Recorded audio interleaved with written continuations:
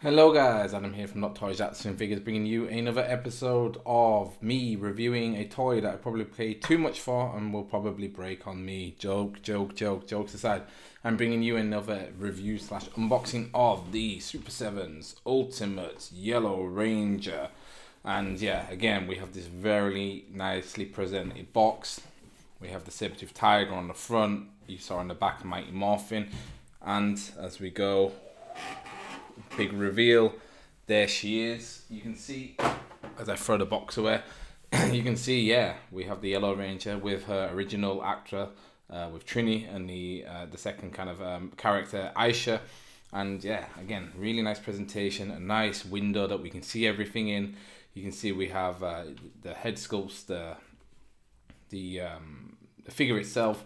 We have all of the different forms of the blaster, which is really nice. Something that I'm really glad Hasbro has started to do now as well with the remastered versions. And we will look at the remastered version of the Yellow Ranger because I have that too, so we can compare them.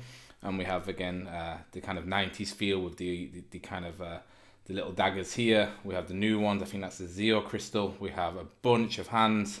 We have some flowers, which I guess is a nod to the show. We have this little gnome creature that I guess is also a nod to a special episode. The Morpher, if I didn't say. On the back, we have an in-suit picture. Let's see if we can get her into a pose like this. I highly doubt it. And we have the bio there. The Yellow Ranger is an essential member of the Power Rangers. Never one to shy away from facing fears, especially when a fellow Ranger is in trouble, or when her doll magically comes alive. I guess that's what it is. Trini Kwan was the first to be chosen for the mantle of the Yellow Ranger, later transferring her powers to Aisha Campbell before leaving for the World Peace Summit. The Yellow Ranger calls upon the power of the saber-toothed tiger to utilize her strength, agility, and armor-piercing power daggers to defeat the evil forces of Rita Repulsa. A very cool bio. Let's get her out of the box. And here is the Yellow Ranger out of the box, and yes, she does look very cool. Yeah, looking at her in the box, I was a little bit kind of like, yeah, I'm not sure about the proportions on her, but now that she's in like this kind of stance, she looks very, very cool. And yeah, you can kind of see like her helmet also looks a little bit strange, like the teeth look a little bit too big. But otherwise, yeah, she's and also maybe the sculpt and the shape is a little bit off, but otherwise she looks great. I do have the Lightning Collection remastered version that we can also kind of compare her to. So again, I might just have to hold the Lightning Collection one because she's a little bit wobbly. There we go. But again, like with the Green Ranger, you can kind of see, like, or at least I can see from my view, that there is kind of an off balance of the color. The Lightning Collection looks way more kind of like the yellow is more saturated. It looks, compared to this one, less realistic. And again, you can kind of see in the helmets, like I would say the Lightning Collection one looks a little bit better because it's a bit more rounded, if you know what I mean. But now comparing them, and also the eye, like this one looks very friendly. And this one looks like it's mean and ready to attack, which I kind of like. But yeah, actually comparing them, this one looks like it's more of like an actual head, like a real head in a helmet, whereas this one just feels like it's, yeah, the Lightning Collection one feels maybe like it's a bit proportionally not like a woman in a suit, but just the head is proportional to the body. Again, I would say when you compare the two, and I mean, we'll have a look at the Super7 kind of joints and everything. I would say the Lightning Collection is way better. The Super7 one I've been very, very careful with because yeah, we know what happened with the Green Ranger, and I've also seen online some people, especially with the putties, breaking, like one guy really unfortunately broke the leg off the putty, so yeah, that must be very annoying. But yeah, you can see again the detail there on the belt is really nice, especially when you compare it to this one. Like, Lightning Collection has gotten better, but of course it's a smaller scale. Like, actually on the Lightning Collection you can see the saber-tooth better, whereas on Super7 you can see the imprint of the saber-tooth, but you don't actually see like a very good silhouette. But yeah, I'm quite impressed with her. She looks really good. I mean, so does the new remastered Yellow Ranger. The other big difference I noticed was on the daggers. The Lightning Collection has a gold emblem, and Super7 has silver, which is interesting. And the Super7, you can see there is detail on the actual blade, whereas the Lightning Collection doesn't have quite that much detail. But again, it's a different scale, so they have more room to play around with the Super7. But yeah, I think the next thing I'll do is maybe let's go through her accessories. Okay, so I think the best way to actually show you her accessories is to go through them like this. So I'm stood above them. You can see again the two different sculptures, the Trini sculpture and the Aisha sculpture. Yeah, again, they have the very Super 7 Ultimates kind of stylized look where they look very smooth and yeah, very toy-like, I would say, which isn't a bad thing. I think it fits the look. It's just kind of a bit striking, especially now because Power Rangers, again, the remastered ones, they've gone so kind of realistic with the head sculpts. There's a bit of a contrast. Again, you can see here the flowers on Trini's side. You can see the toy. Here, if you look a little bit closer and I can focus, you can see there the morpher, that you can see the imprint of the saber-toothed tiger, but it's not like black, like kind of wash like the remastered one. Here are the old school sabers, or the old school daggers I should say, and the old school blaster. Let's see if I can put those in our hand. Then we go down to the hands, and there is 1, 2, 3, 4, 5, 6 with the ones on her. Different types of sets of hands, which is nice. We go down here, I think this is, like I said, this is her Zeo crystal. We come back up, we have the blaster in blaster mode, we have it in kind of dagger mode, and then we have a new, or a closer look at Aisha. So yeah, let's go back to the figure, put her in some more poses, or maybe we should actually go through her, her movability. Or I can't remember, why am I messing up the word today, I don't know. Okay, so yeah, we know from the Green Ranger that the kind of articulation, that's the word. The articulation is quite basic on these figures, and we've got pretty much the same here. So we have the head here, it's on kind of a dumbbell joint that moves not very far back and even worse forward, but it does have good swivel, which is something I guess, but yeah, it doesn't really move much. We go to the shoulder joints are the same, but on her they're a lot more loose, which is nice. I think maybe it was the dragon shield that was causing the issue on Tommy. One thing I did notice is you might be able to see here there is kind of already some indentations. I think this is from the plastic that was holding her in the packaging. Yeah, I think this kind of matte finish and this kind of soft plastic that they use on it is, yeah, it's a little bit susceptible to this imprint, and that's what I was talking about with the Green Ranger. If you haven't watched the video, go and watch it because I break the toy in it, which is quite funny for you, but not for me.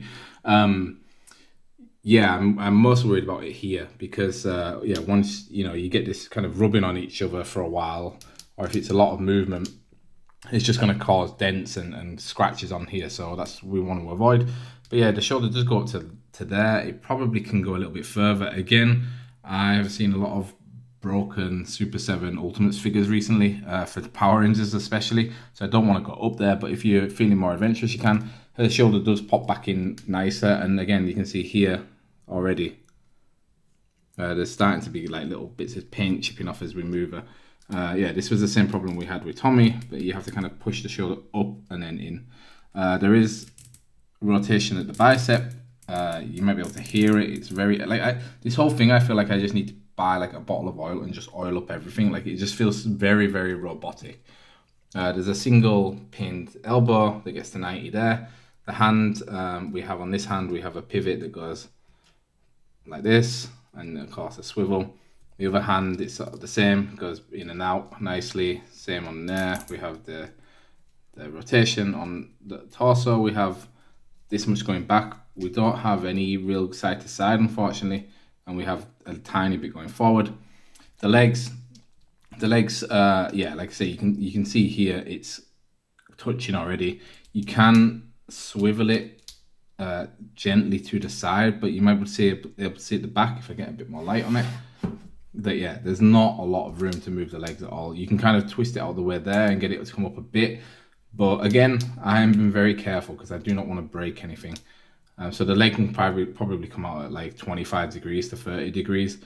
Single pinned knee goes back to here. Again, we are touching here, so I'm a bit apprehensive about it getting scratched. On this figure, it seems like the whole boot does swivel, which wasn't the case for Tommy.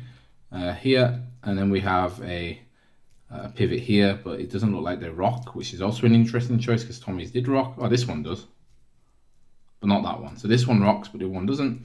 Nicely, we have the black soles on the bottom, as it should be. And again, yeah, I think this is going to be very much the same case as what we said with Tommy, that if you want like a really nice detailed looking figure with a good silhouette, these are the way to go. And you have more money than sense, perhaps, these are the way to go. If you want something to take really cool action shots with, then yeah, I would suggest getting the remastered Hasbro. Like, all of those figures are getting re-released now. They're a lot cheaper than these, so yeah, that's what I would wait for. But yeah, let's put in a couple more poses, maybe try to put the heads on her, and yeah, then we'll end the episode. Okay, so before we take swap her heads, I just wanted to put her in the pose with the kind of flip head inspired weapons. And yeah, it's kind of funny to think that these weapons were, you know, seen as being similar to the ones from the show. I mean, when you look at the silver one compared to this one, there's quite a big difference there. But yeah, again, when you look at this posability, this is about what you can get out of it. The arms aren't too bad. The legs are just unmoved. I mean, look at the state of them. They look like she's doing splits, but it's basically the only comfortable way I'm comfortable with moving it to get it to go. But yeah, let's put the other heads on. So here is Aisha getting ready to morph, and yeah, I think it's a nice portrait. Like I say, it's very stylized and kind of feels a little bit like too, I would say, jolly. Like, it's very, very rounded, and I think for this pose especially, it's not great because, you know, she looks like she's too happy to be morphing. But yeah, whatever. If you can, I'll try and get you a nice close up on here. It's not the best, but yeah, you can kind of see the badge there. I'm really impressed how they managed to get the writing on there correctly. But yeah, it's just a shame about the saber-tooth imprint, because it just looks very kind of faded, like it's been, you know, thrown in the ocean, and after years and years of the waves crashing over it, it's kind of just eroded away. But yeah, it's nice that we can get her into this pose, because with the remastered Lightning Collection one, I couldn't get them to stand nicely like this. So yeah, happy. Let's put one with Trini in it.